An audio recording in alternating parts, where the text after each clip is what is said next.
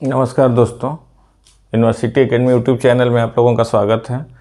पिछले कुछ क्लासेस में हम यूनिट 1 डीसी सर्किट डिस्कस कर रहे थे और उससे पहले के कुछ अभी लेटेस्ट क्लास में क्या किए थे, इम्पोर्टेंट किरचॉफ्स लॉ स्टार्ट किए थे, जिसमें Kirchhoff's current law and Kirchhoff's voltage law, इन दोनों का स्टेटमेंट बता चुके थे क्या है और उसका न्यूमेरिकल में कैसे यूज होता है। ये भी एक छोटा सा एग्जाम्पल केसीएल में लिए थे और पिछली क्लास में केवीएल हम डिस्कस किए थे। केवीएल का स्टेटमेंट क्या होता है, in a close loop the sum of the voltage across circuit element equals to 0। ये चीज़ें था, ठीक है। और जो लोग भी अभी तक पुराने वीडियोस नहीं देखे हैं, कृपया करके जाएं, वीडियो के प्लेलिस्ट में पुराने वीडियो सब अवेलेबल हैं, वहाँ से देखिए। और hand written notes description box में है, डिस्क्रिप्शन बॉक्स से हैंड रिटन नोट्स डाउनलोड करिए पीडीएफ के फॉर्मेट में और उसको स्टडी करिए अच्छे से, ठीक है। हम पिछले क्लास में ये कहते हैं कि अभी तक जो भी चीज़ें था वो थ्योरेटिकल चीज़ें था, अब उसका application in the terms of numerical discuss करेंगे कुछ आगे के क्लासेस में। और यहीं से आपका इम्पॉर्टेंट एग्जामिनेशन में क्वेश्चन आते हैं न्यूमेरिकल वाले। थ्योरेटिकल वाले तो जो अभी तक बताए थे उसमें से आ जाएंगे, बट न्यूमेरिकल वाले पार्ट यहाँ से आते हैं, जो कि 7 number 10 number according to university vary करता है, ठीक है। छोटा सा एग्जाम्पल लिए हैं, मेश एनालिसिस हम आज स्टार्ट करते हैं। कैसे मेश एनालिसिस के क्वेश्चन को टैकल करते हैं, मेश एनालिसिस के क्वेश्चन में होता क्या है, ये सारी चीज़ें हम आज डिस्कस करेंगे, ठीक है। आइए देखते हैं क्या है। हमारे पास एक सर्किट दिया हुआ है। सर्किट मतलब सर्किट में कॉम्बिनेशन ऑफ एलिमेंट्स होंगे, पैसिव एलिमेंट भी होंगे, एक्टिव एलिमेंट भी होंगे, ठीक। हमारे पास एक सर्किट दिया हुआ है, जिस सर्किट में 5 वोल्ट का भी सोर्स है, 10 वोल्ट का भी सोर्स है, 3 रेसिस्टर भी है, ठीक। इस सर्किट के किसी एक एलिमेंट में करंट या वोल्टेज हमसे कैलकुलेट करवा सकता है।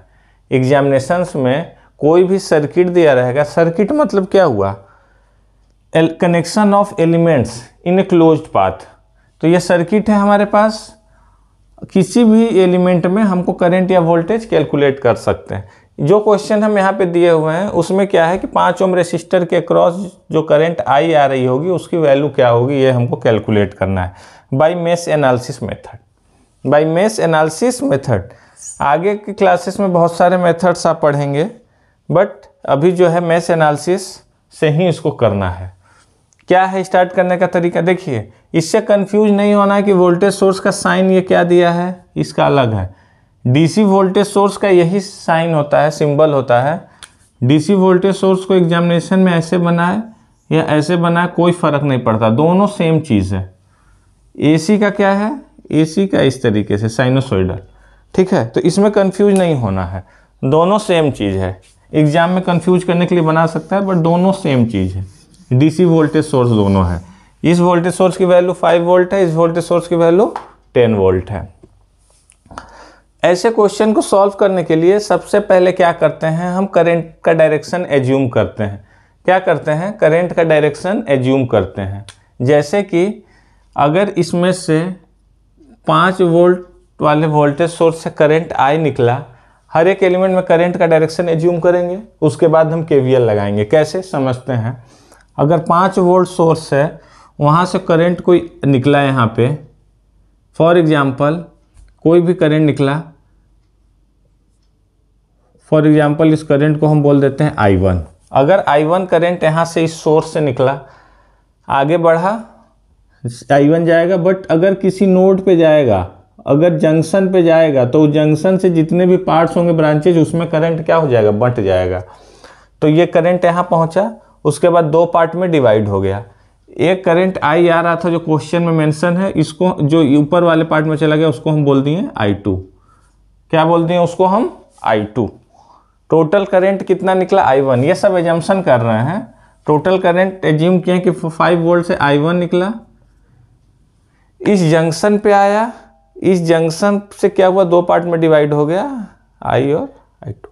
या इसको हम ऐसे बोल सकते हैं, नया नव वैल्यू लेते हुए, अगर I1 करंट आया, अगर I करंट इधर गया तो बचा हुआ यही करंट तो 2 पार्ट में डिवाइड हुआ था, तो बचा हुआ करंट क्या हो गया, I1 माइनस क्या हो गया, I1 माइनस I।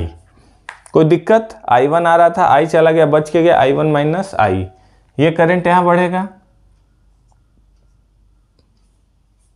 ठीक, ये करंट यहाँ बढ़ा। इसके बाद यहाँ पे क्या आ गया, दो जंक्शन आ गया, यहाँ पे जंक्शन आ गया, यहाँ से दो ब्रांचेस हैं, यहाँ से दो ब्रांचेस हैं, तो क्या होगा, कुछ करंट इसमें चला गया और कुछ करंट इसमें चला गया। इस करंट की वैल्यू हो गई, हम दे दिए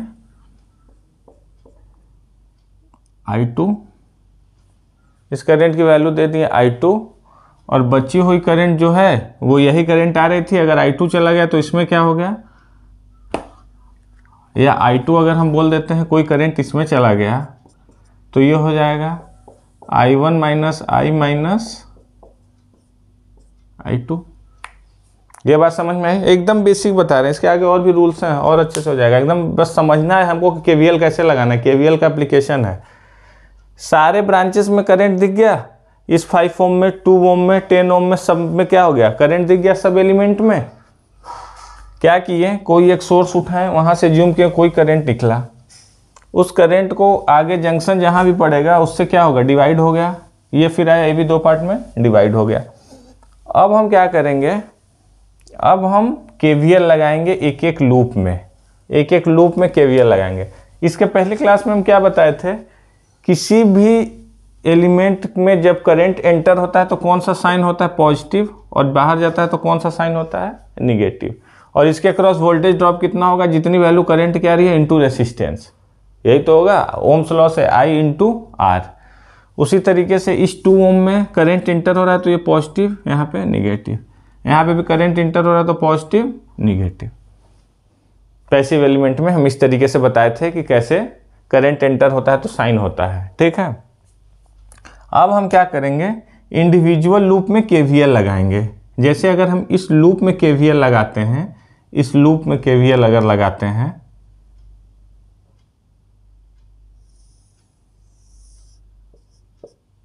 लगा सकते हैं इस लूप में KVL, कोई दिक्कत की बात नहीं है। तो कहाँ से स्टार्ट करेंगे, 5 वोल्ट से। कहाँ से स्टार्ट करेंगे, 5 वोल्ट से। तो 5 वोल्ट से जब हम स्टार्ट करते हैं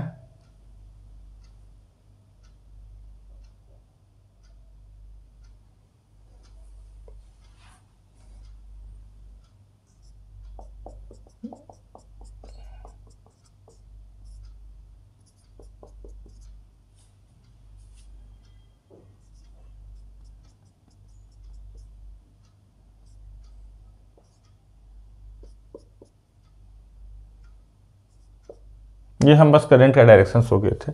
अगर हम इसमें KVL लगाते हैं तो देखिए निगेटिव से पॉजिटिव क्या बताए थे, पॉजिटिव वोल्टेज लिखते हैं हम, यहाँ से यहाँ तक बढ़ रहे हैं, इधर से इधर बढ़ रहे हैं, तो निगेटिव से पॉजिटिव क्या लगाएंगे, प्लस, तो 5। अब कोई रेसिस्टेंस का ड्रॉप है नहीं, है नहीं, इसमें आए, क्या हो रहा है, पॉजिटिव से निगेटिव, पॉजिटिव से निगेटिव वोल्टेज कितना होगा, पॉजिटिव से निगेटिव वोल्टेज होगा निगेटिव, उसकी वैल्यू कितनी होगी, 5 इंटू जितना करंट आ रहा है, तो negative value 5 into I into R, I into R। और साइन निगेटिव क्यों होगा, क्योंकि पॉजिटिव से निगेटिव आ रहा है। साइन पॉजिटिव क्यों, क्योंकि निगेटिव से पॉजिटिव जा रहे हैं। हम इस तरीके से चल रहे हैं, ठीक है, हम इस तरीके से चल रहे हैं। फिर घूम के इसी पाथ में आए हैं तो फिर घूम के कहाँ आ गए, 0, घूम के कहाँ पे आ गए, 0। या ये लिखे नहीं तो अगर आप बेसिक लेवल पे हैं तो सिंपल, अगर हम कोई A पॉइंट यहाँ पे ज्यूम कर लेते हैं तो KVL का मतलब है कि A से A क्लोज लूप में आना है, तो VA, फिर VA से आगे बढ़े निगेटिव से पॉजिटिव, +5, फिर आए पॉजिटिव से निगेटिव, -5I, फिर घूम के यहाँ से स्टार्ट किए थे, घूमे घूमे घूमे घूमे, फिर यहाँ पे पहुँच गया कहाँ पे, VA पे, तो VA कैंसिल हो गया। तो यहाँ से क्या आ गया, 5I इक्वल्स टू 5, I की वैल्यू कितनी आ गई, 1 एम्पियर, I की वैल्यू 1 एम्पियर सीधे सीधे आ गई, ठीक है। बाकी का ज़रूरत नहीं पड़ा। लेकिन अगर हमको इस ब्रांच में करंट पूछता है, जैसे कि हमको I2 कैलकुलेट करना है, जैसे हमको I2 कैलकुलेट करना है, हम अपने से कर लेते हैं कि अगर हमको I2 भी कैलकुलेट करना है तो हम क्या करेंगे, जैसे हम इसमें KVL लगाए हैं उसी तरीके से इस लूप में भी KVL लगाएंगे। समझिए, अगर ये पॉइंट A लेते हैं तो A से घूम के फिर A पे आएंगे, यही तो है KVL। एक क्लोज लूप में सम ऑफ द वोल्टेज क्या होगा, 0। तो लगाते हैं, VA से स्टार्ट करते हैं, VA माइनस क्यों, क्योंकि प्लस से माइनस जा रहा है इसलिए क्या होगा, माइनस I इंटू आर। तो I क्या है, I1 minus I into are कितना है, 2। फिर हम इसमें लगा रहे हैं,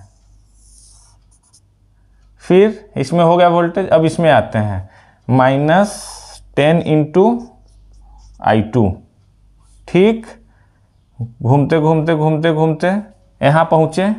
इसमें अब कैसे जा रहे हैं, पहले इसमें गए, फिर इसमें गए और फिर घूम के कहाँ आए, इसमें। लेकिन इसमें जा रहे हैं निगेटिव से पॉजिटिव। ये सब कहाँ से आ रहे थे, पॉजिटिव से निगेटिव। इसमें जा रहे हैं निगेटिव से पॉजिटिव। तो निगेटिव से पॉजिटिव जाने के लिए प्लस साइन, प्लस और I इंटू आर मतलब 5I। और कहाँ पहुँचना है हमको, A पे। कहाँ पहुँच गए, A पे। तो A कैंसिल हो गया, हमारे पास क्या इक्वेशन आ गया, -I1, अगर निगेटिव से मल्टीप्लाई करते हैं तो +I, और साथ में क्या है दोनों के 2, फिर -10I2 plus 5I equals to 0। I की वैल्यू पहले निकाल चुके थे 1, I की वैल्यू हम एज इट इज इसमें पुट कर देते हैं तो क्या हो जाएगा, -2I1 प्लस 2 माइनस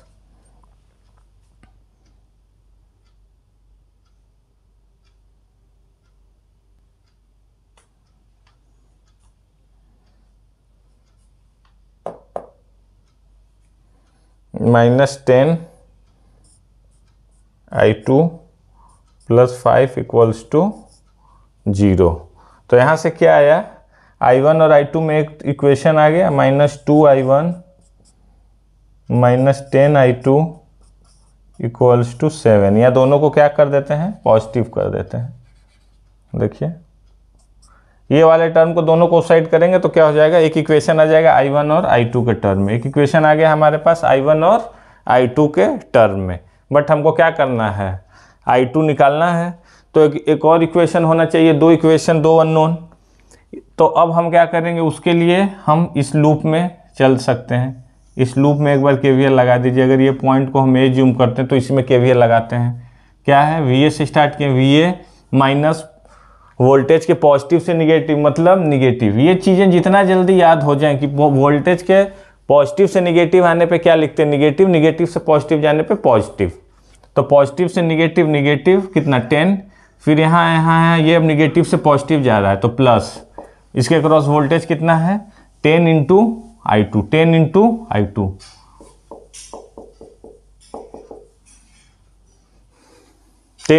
पहुंच कहाँ गए, VA पे। कहाँ पहुंच गए, VA पे। VA से स्टार्ट किए, ये वोल्टेज ड्रॉप बीच में पड़ा, ऐसे आए ऐसे आए ऐसे आए, फिर ये रेसिस्टर बीच में पड़ा, फिर पहुंच कहाँ गए, VA पे। क्लोज पाथ कंप्लीट कर गए, VA कैंसिल, तो 10I2 इक्वल्स टू 10I2 की वैल्यू कितनी हो गई, 1 एम्पियर। यही I2 की वैल्यू अगर हम इसमें पुट कर दें तो I1 की वैल्यू भी हमसे कैलकुलेट हो जाएगी। I1, I2, I3, I1, I2 और I3 अननोन था, तीनों की वैल्यू आ गई। ठीक है, कि ये क्या है, इसमें क्वेश्चन से क्या समझें, क्वेश्चन से समझें हम KVL लगाना। KVL हम लूप में कैसे लगाएंगे, KVL लगाने का सिंपल तरीका है, सबसे पहले करंट डायरेक्शन एज्यूम करें। ध्यान से सुनिए, सबसे पहले करंट का डायरेक्शन एज्यूम कर लेना है हमको हर एक एलिमेंट में। अकॉर्डिंग टू करंट डायरेक्शन उस एलिमेंट के क्रॉस पोटेंशियल की पोलैरिटी दिखा देनी है। जैसे करंट का डायरेक्शन एज्यूम किया और 5 ओम के क्रॉस पोटेंशियल का पोलैरिटी दिखा दिए। करंट अगर इंटर कर रहा है तो प्लस, करंट लीव कर रहा है तो माइनस। ठीक, उसके बाद इंडिविजुअल लूप लीजिए, कोई एक पॉइंट ले लीजिए, वहाँ से फिर घूम के उसी पॉइंट पे आइए, वहाँ से जो इक्वेशन बने लिखिए। दूसरा लूप ले लीजिए, तीसरा लूप, और अगर ज़्यादा अननोन रहता तो एक हम ये बड़ा वाला भी लूप लेते। कौन सा ले लेते, और भी अगर टफनेस बढ़ता है एक बड़ा भी, तो अपने आप में ये भी तो लूप है। एक तो ये हो गया, एक लूप ये, एक लूप ये। अगर और एक आध दो अननोन रहता तो एक हम बड़ा वाला भी लूप ले सकते थे। यहाँ से लेते कोई पॉइंट A और यहाँ से घूम के फिर हम उसी पे आते हैं। ठीक है, हैंड रिटन नोट्स में आपको न्यूमेरिकल अच्छे से सॉल्व किया हुआ मिलेगा। न्यूमेरिकल को सॉल्व करने से ज़्यादा ज़रूरी है कि उसको समझ के सॉल्व करना। ठीक है, कोई सॉल्यूशन छापने से कोई मतलब नहीं है जब तक चीज़ें समझ में नहीं आए, क्योंकि न्यूमेरिकल में वैल्यू बदल देंगे, टाइप बदल देंगे, ब्रांच कहीं और का कहीं और कर देंगे। तो समझना ज़रूरी है कि हम कैसे केवीएल लगा रहे हैं, क्या करते हैं। इसी को केवीएल के एप्लीकेशन को ही हम बोलते हैं मेश एनालिसिस। तो उससे हम देखें कि करंट निकालें। हम किसी ब्रांच में करंट निकाल सकते थे, इस रजिस्टर के लॉन्ग, इस रजिस्टर, इसमें इस वोल्टेज में कितना करंट जा रहा है, ये सारी चीज़ें हम निकाल सकते थे। ठीक है, तो नेक्स्ट क्लास में मिलते हैं और भी क्वेश्चंस करेंगे इसके। ठीक है, थैंक यू।